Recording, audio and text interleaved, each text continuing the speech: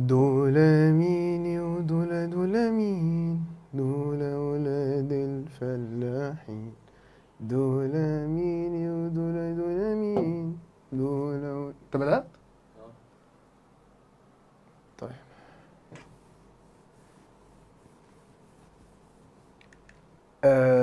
السلام عليكم يا جماعة. ان شاء الله بإذن الله بنصور اول هوم ورك عندنا في الجيومتري. كان بيتكلم عن ايه؟ كان بيتكلم عن السيميلاريتي اوف البوليجونز. عايزين نسمي الله يا جماعة، نصلي على النبي ويلا بينا نبدأ. اول سؤال بيقول لك ايه؟ بيقول لك ان انت عندك ال ABCD similar to EFGH. طالب منك ايه؟ طالب منك ال GH ده بكام؟ طبعا بمنتهى البساطة، طالما عندك similarity يبقى انت عندك corresponding angles are equal, corresponding sides are لا يا ابني مش equal، اسمها proportional، يعني النسب متساوية. فانت بمنتهى البساطة عندك ده over ده هيساوي ده over ده. فبمنتهى البساطة هيبقى عندك 96 over corresponding ليها اللي هي 32. الكلام ده بيساوي الجي اتش اللي هو عايزها over الكورسبوندنج ليها اللي هي 35 انش. فبمنتهى البساطة الجي اتش عندك هتساوي ده تايمز ده اوفر ده، يعني بتساوي 35 تايمز 96 اوفر 32، يعني الجي اتش عندك هتساوي 105 سنتيمتر. وبكده تبقى المسألة خلصت. ندخل في السؤال الثاني. بيقول لك given that ان ال ABCD is similar to XYZL and the parameter of ال ABCD، البارامتر عندك هنا يا ابني بيساوي 66.2 سنتيمتر. بيقول لك calculate البارامتر بتاع ال XYZL، يعني عايز البارامتر هنا بيساوي كام؟ طيب احنا كنا بنقول ان الايكوال ريشيوز دي بتساوي برضو الريشيو بتاعت البارامتر بتاعت البوليجون الاولاني تو البارامتر بتاعت البوليجون الثاني. يعني بمنتهى البساطه انت عندك البارامتر بتاع البوليجون الاولاني اللي هو ABCD اوفر البارامتر بتاعت البوليجون الثاني اللي هو XYZL بتساوي اي تو كورسبوندينج سايدز. بس طالما بدات بالبارامتر بتاع الاي بي سي دي يبقى لازم اخد سايد منه. فانا ممكن اقول ان هو بيساوي البي سي اوفر الكورسبوندينج لي بي سي كورسبوندينج لي واي زد.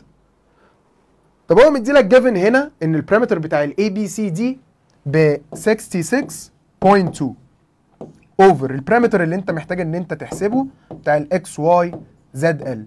الكلام ده بيساوي البي سي اللي هي عباره عن 16 سنتيمتر اوفر كورسبوندنج ليها اللي هي الواي زد اللي هي بكام؟ ب 10 سنتيمتر.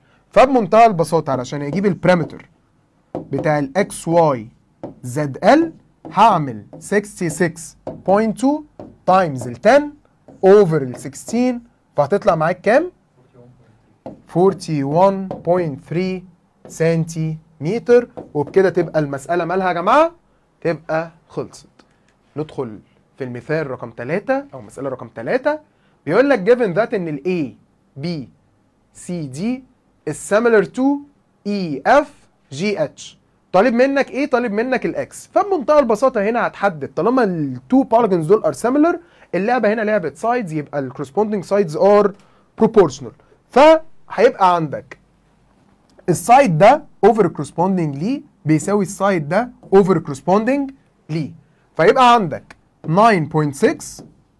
over corresponding اللي هو 3.2 بيساوي يا ابني 0.3 minus الاكس over الكورسبوندنج ليه اللي هي 3 point كام؟ 0.5. ما تبقاش ضيق، يعني ما تبقاش ضيق، يعني انت عندك ده كله بيساوي ده تايمز ده اوفر ده. انت عندك 0.3 minus الاكس، الكلام ده بيساوي 3.5 تايمز 9.6 اوفر 3.2. فيبقى عندك 0.3 ماينس الاكس بتساوي كام؟ 10.5. بمنتهى البساطه ممكن تودي لي دي بعكس الاشاره ودي بعكس الاشاره، فيبقى عندك الاكس بتساوي 0.3 ماينس 10 بوينت كام؟ 0.5. هتطلع الاكس بكام؟ نيجاتيف 10.2. واحد هيجي يقول لي ايه ده؟ هو انت عندك سايد لينث بالنيجاتيف؟ يا باشمهندس انت عامل المساله غلط. لا يا حبيبي، انت اللي عينك ضيقه. ليه عينك ضيقه؟ عشان انت عندك الاكس دي مش سايد لينث، دي جوه سايد لينث. انت عندك 0.3 ماينس اكس، فانت عندك نيجاتيف نيجاتيف تبقى بوزيتيف، يعني 0.3 بلس 10.2، يعني السايد اللي هو جي اتش ده ب 10.5. ندخل في المثال رقم 4. بيقول لك ال ABCD is similar to ZYXL. طالب منك ايه؟ طالب منك الاكس بكام؟ فبمنتهى البساطه انت عندك اللعبه لعبه سايدز، يبقى corresponding sides are proportional. يعني انت عندك ده اوفر ده بيساوي ده اوفر ده، فهيبقى عندك 15 بلس 2x الكلام ده اوفر الكورسبوندنج اللي هو 246.2 بيساوي يا ابني 75 اوفر الكورسبوندنج ليه اللي هو 150. فبمنتهى البساطه علشان تحسب ده كده بكام، فهتقول لي ان 15 بلس 2x بتساوي ده تايمز ده اوفر ده، يعني 123 بوينت كام؟ بوينت ال1. طيب بمنتهى البساطه عندك ده بالبوزيتيف يروح بالنيجاتيف، ده بالتايمز يروح بالديفايدد، فتبقى عندك الاكس عباره عن 123.1 ماينس ال 15 اوفر ال 2، يعني الاكس عندك هتبقى بكام؟ 54. مشاكل يا جماعه الكلام ده؟ مفيش اي مشكله. ندخل في المثال رقم 5. بيقول لك ال ABCD is similar to ZYXL. find ال X. طب طالما ال two polygons دول are similar يبقى corresponding angles are equal و corresponding sides are proportional. فهنا اللعبه لعبه angles عشان الاكس موجوده جوه انجل دي. فبمنتهى البساطه ممكن نعمل كالاتي. انت عندك دي هتبقى ب 105 ودي ب 109 عشان بتساوي الكورسبوندنج ليها، دي ب 85 علشان بتساوي الكورسبوندنج ليها، ودي معرفش. فالمفروض ان انت عندك انجل ال بتساوي انجل دي، فانت هتجيب الاكس ازاي؟ بمنتهى البساطه. هو انت من البوليجون ده تقدر تجيب لي ميجر اوف انجل ال ولا لا؟ طبعا. هتعمل لي 360 ماينس تفتح براكت 105 بلس 109 بلس 80 كام؟ 85. فهتطلع الانجل دي ب 61 ديجريز. فانت عندك دي كده ب 61 ديجريز. طب ما انت عندك انجل ال بتساوي انجل دي، يعني انت عندك 15 بلس 2x ايه الكلام ده بيساوي 60 كام؟ 61. عايز تجيب الاكس بكام؟ دي بالبوزيتيف تروح بالنيجاتيف، دي بالتايمز تروح بالديفايدد، فهتبقى الاكس عندك على طول ب 61 ماينس ال 15 اوفر ال 2، يعني بتساوي كام؟ 23 ديجريز. ندخل في 6. بيقول لك البوليجون ABCD is similar to GFEX. لا ده بيسألك بيقول لك is البوليجون ABCD similar to البوليجون GFEX، يعني هو عايز يعرف هل البوليجونز دي بتساوي بعض ولا مش بتساوي بعض؟ طبعا سوري similar لبعض ولا مش similar لبعض؟ طبعا. علشان تقدر تقول ان two polygons are similar لازم الكورسبوندنج انجلز تبقى ايكوال والكورسبوندنج سايدز تبقى بروبورشنال. طب تعال نشوف الكورسبوندنج انجلز ار ايكوال ولا لا. طيب بمنتهى البساطه انت عندك هنا عندك الاكس اي باراليل للجي اف. طالما الاثنين دول باراليل لبعض يبقى مجموع التو انجلز دول ب 180، فهتبقى الانجل دي بكام يا ابني؟ تبقى ب 70 ديجريز. وطالما عندك الاي اف باراليل للاكس جي فانت عندك ماجر اوف انجل اف بلس ماجر اوف انجل جي ب 180، فهتبقى انجل جي دي كده ب 70 ديجريز. وهكذا يا ابني طالما الاف جي باراليل للاي اكس يبقى انت عندك مجموع الجي بلس الاكس ب 180، فدي هتبقى ب 110. في مشاكل يا جماعه الكلام ده؟ مفيش اي مشكله. طب تعالى لي الناحيه الثانيه، هتبقى برده نفس الموضوع، عندك دي بلس دي ب 180، فدي هتبقى ب 110. وعندك دي بلس دي ب 180، فدي كمان هتبقى ب 110. وعندك دي بلس دي ب 180، فدي هتبقى ب 70. هل الكورسبوندنج انجلز ار ايكوال ولا لا؟ اه طبعا. عندك الاي بتساوي السي، والاف بتساوي البي، والجي بتساوي الاي، والاكس بتساوي الدي. يبقى اول كونديشن اتحقق، اتحقق ان الكورسبوندنج انجلز ار ايكوال. طيب تعال نشوف بقى، هل الكورسبوندنج سايدز ار بروبورشنال ولا مش بروبورشنال؟ طيب تعال نشوف الاكس اي اوفر كورسبوندنج ليها اللي هي الدي سي، وتعال نشوف الاي اف اوفر كورسبوندنج ليها اللي هي السي بي. طبعا ده 26، يبقى ده كده 26 وده كده 23. ده 11.5 يبقى ده 11.5 وده كمان كام؟ 13. طب تعالى نحسب ده ونحسب ده. الاكس اي على الدي سي، الاكس اي عندك ب 26 اوفر الدي سي عندك بكام؟ ب 13. عندك الاي اف هنا بكام؟ فين الاي اف؟ ب 23 اوفر السي بي بكام؟ ب 11.5. من هنا الريشيو دي بتساوي كام؟ لو عملناه بالكالكوليتر هتطلع كام؟ 2. ومن هنا هتطلع كام؟ 2 برضو. يبقى الريشيوز متساويه ولا مش متساويه؟ ما هي الريشيو دي بتساوي الريشيو دي، يبقى الكورسبوندنج سايدز ار بروبورشنال. طالما الكورسبوندنج انجلز ار ايكوال والكورسبوندنج سايدز ار بروبورشنال، يبقى التو بوليجونز دول مالهم؟ برافو عليكم، هتبقى سيميلر. فتبقى الاجابه يس، يعني الاجابه بي. ندخل على 7. 7 بيقول لك ايه؟ بيقول لك ABCD is similar to ZYXL. ABCD is similar to ZYXL. جميل.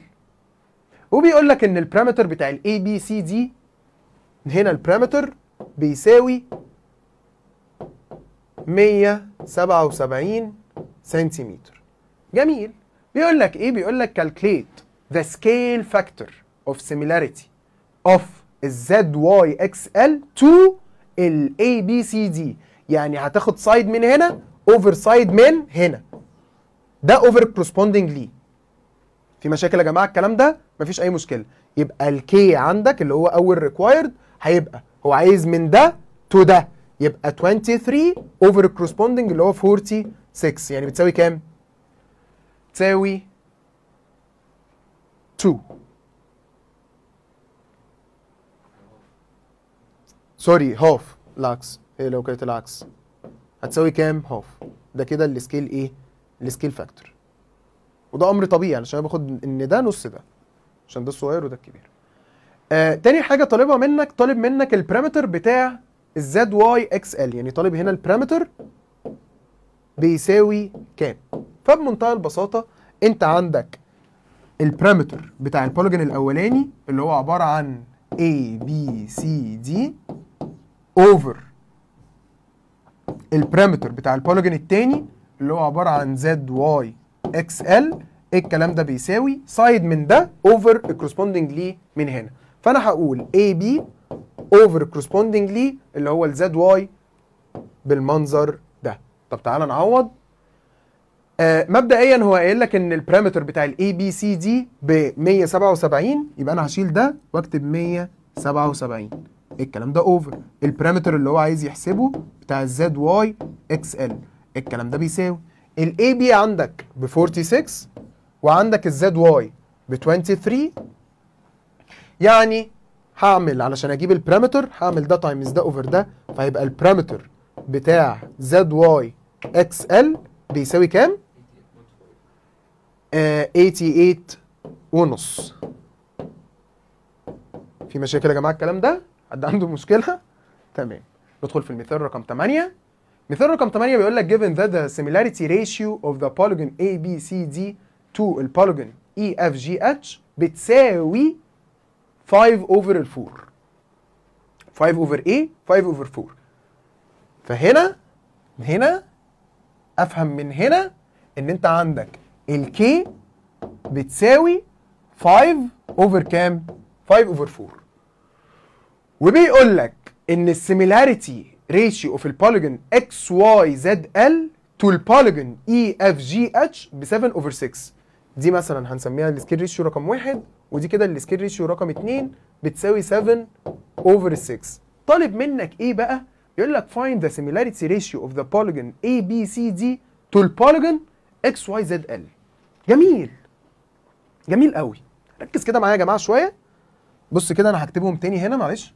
ادي K1 بتساوي 5 اوفر ال 4، وعندك ال K2 بكام؟ 7 اوفر ال 6. طيب هسألك سؤال رفيع جدا. هو انت عشان تجيب السكيل ريشيو الاولانيه بتاعت البوليجون ABCD تو البوليجون EFGH بعمل ايه؟ باخد سايد من البوليجون الاولاني اوفر كورسبوندنج ليه في البوليجون الثاني. فممكن اقول ان هي عباره عن AB اوفر كورسبوندنج اللي هي EF. يعني دي كده بتساوي AB اوفر ال EF. حد عنده مشكله يا جماعه؟ يعني انت عندك الريشيو بتاعت ال AB تو ال EF بتساوي 5 اوفر 4. عظيم. ادخل في الريشيو الثانيه اللي هي ما بين البوليجون XYZL والبوليجون EFGH 7 اوفر 6. يعني انت عندك XY اوفر كورسبوندنج بتساوي 7 اوفر 6 عشان السكيل ريشيو بنجيبها بالطريقه دي. ادي من هنا القرف ده XY اوفر الكورسبوندنج ليها اللي هي EF. في مشاكل الكلام ده؟ مفيش اي مشكله. هو بقى طالب منك، بص بقى ركز معايا، انت بني ادم بتفهم مش حافظ، انت بتفكر. الكي 3 اللي هي عباره عن ايه؟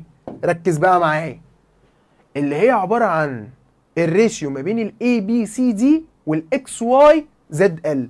يعني من هنا اقدر اجيب الكي 3 ان هي تبقى عباره عن الاي بي اوفر الاكس واي. ادي اي بي اوفر اكس واي. في مشاكل يا جماعه الكلام ده؟ مفيش اي مشكله. طيب ركز بقى. علشان احسب الاي بي اوفر الاكس واي هعمل ايه؟ لازم هستخدم الريليشن دي والريليشن دي. فانت علشان تجيب لي الاي بي اوفر الاكس واي عندك حاجات كتير جدا. عندك ايه؟ عندك حاجات كتير جدا. مبدئيا ممكن تقول لي من هنا هو انا مش عايز اجيب الاي بي؟ هتقول لي اه. فالاي بي دي عباره عن 5 اي اف اوفر 4. هتقول لي ايه اللي انت عملته ده؟ انا عملت ده تايمز ده اوفر ده. في مشاكل يا جماعه الكلام ده؟ مفيش اي مشكله. طب هنا الاكس واي بتساوي ايه؟ ما انا عشان عايز احسب الاكس واي هنا فهتبقى عباره عن ده تايمز ده اوفر ده. يعني 7 تايمز اي اف على الستة.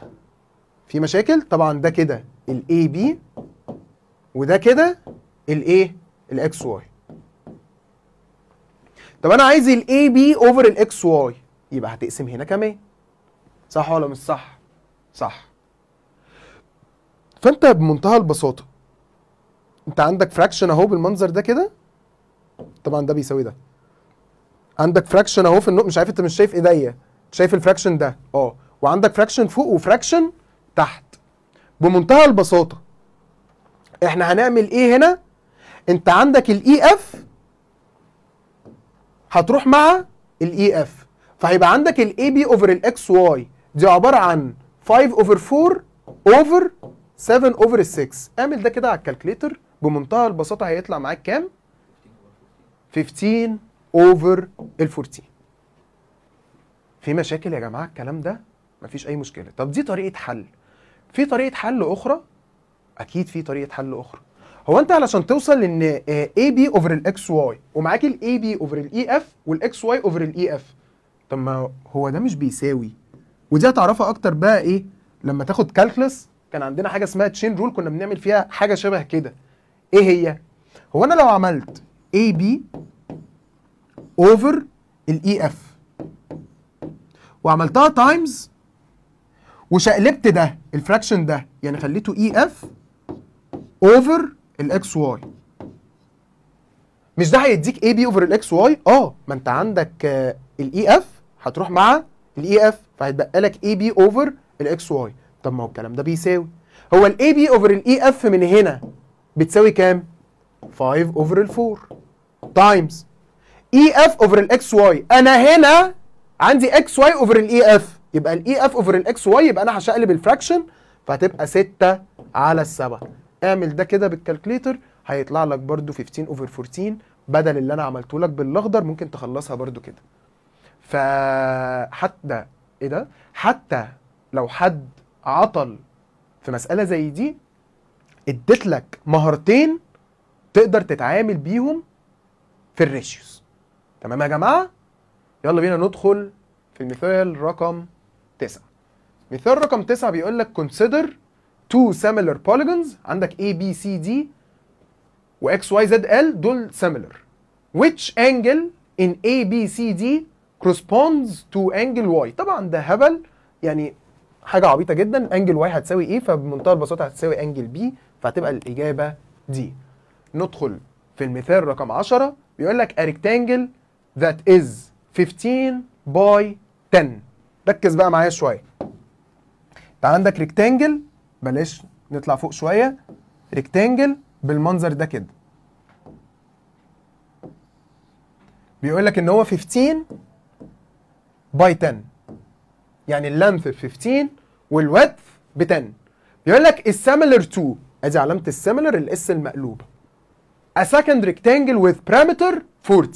انت عندك ريكتانجل بالمنظر ده كده، معرفش طبعا هو اصغر ولا اكبر، بس اللي انا اعرفه عنه ان البارامتر بتاعته بتساوي 40 سنتيمتر. بيقول لك find the length and the area of the second rectangle. عايز ايه بقى البرنس؟ البرنس عايز ايه؟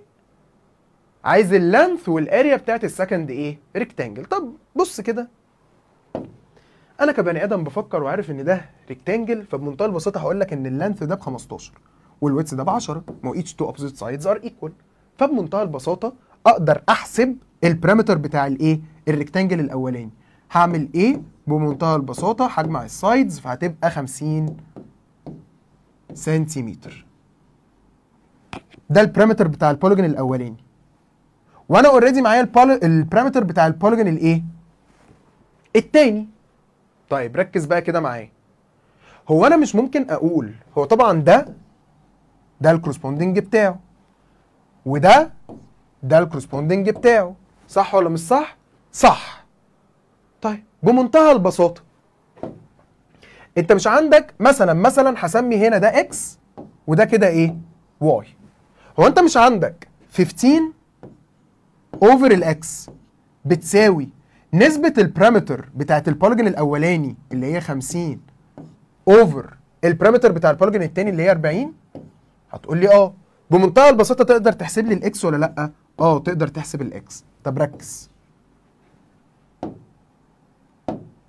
انت مش عندك 10 اوفر كورسبوندنج بتاعتها اللي هي واي بتساوي نسبة البارامتر بتاعت البوليجون الاولاني اللي هي 50 تو البارامتر بتاع البوليجون التاني اللي هي ال 40؟ اه، يعني الواي بكام؟ هعمل 10 تايمز 40 اوفر 50، فالاكس هتطلع بكام والواي بكام؟ 12 سنتيمتر و8 سنتيمتر. في مشاكل الكلام ده؟ مفيش اي مشكله طبعا. طب هو عايز ايه بقى في الهبل ده كله؟ هو عايز اللينث بكام؟ فطبعا اللينث ب 12، ما هو الاكس ده هو اللينث، فادي الايه؟ اللينث ب 12. تاني حاجه طالبها منك هي ايه؟ هي الاريا اوف السكند ريكتانجل. فطبعا الاريا معناها ايه؟ الاريا معناها لينث في ويدث، فبمنتهى البساطه دي عباره عن 12 في 8 يعني بتساوي 96، فتبقى الاجابه بتاعتك سي. ندخل في اللي بعده يا جماعه. يقول لك if the following polygons are similar. طبعا عبطت العباطه خلاص، ما فيهاش اي مشكله تحلها وانت بتتليف. عندك 75 اوفر الاكس بتساوي ال 85 اوفر ال 34، فيبقى عندك 75 اوفر الاكس بتساوي 85 اوفر ال 34. هتعمل ده تايمز ده اوفر ده، هتطلع الاكس بتاعتك بكام؟ ب 30 سنتيمتر. شكرا، المساله خلصت. ندخل في اخر مساله معانا في الهوم ورك. بيقول لك A B C D is similar to E F G H. determine ال EH. طبعا عباطة العباطة، عايز ال EH بكام؟ فانت عندك ده over corresponding بيساوي ده over corresponding، فيبقى عندك 19 over 57. ايه الكلام ده بيساوي 29 over ال EH. فبمنتهى البساطة لو عايز تجيب ال AH هعمل ده تايمز ده over ده، فهتطلع ال EH عندك بكام؟ 87 سنتيمتر. بكده يا جماعة نبقى خلصنا الهوم ورك بتاع أول درس عندنا في الجيومتري. يا ريت يا جماعة نصيحة لوجه الله تعالى ما نأخرش الهوم ورك ونحل الهوم ورك على طول، والمسائل اللي تقف معانا نتفرج عليها في الفيديو. ولو ما فهمتش أكتر تقدر إن أنت تدخل على البوت بتاعنا إن أنت تسأله السؤال بتاعك وهيتجاوب لك بنفس طريقتي بالظبط. ولو كمان لسه بتتفالح أكتر وأكتر فأنت طبعا من حقك إن أنت تدخل على جروب الواتساب أو على التليجرام وتسألنا السؤال بتاعك. أشوف وشكوا على خير. السلام عليكم.